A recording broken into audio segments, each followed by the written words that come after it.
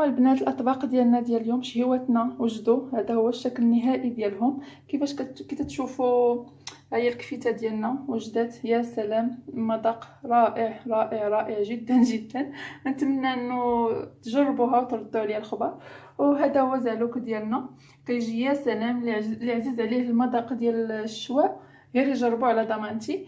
وهاد الاطباق بطبيعه الحال ما يكتملوش من غير كويس ديال الاتاي. وهذا ما كان. هنا كنوصل للنهايه ديال الشهوه ديال اليوم. نتمنى تنال الاعجاب ديالكم، وكيف العاده ما تنساوناش من ابوني او بارطاج او جيم. وشكرا بزاف.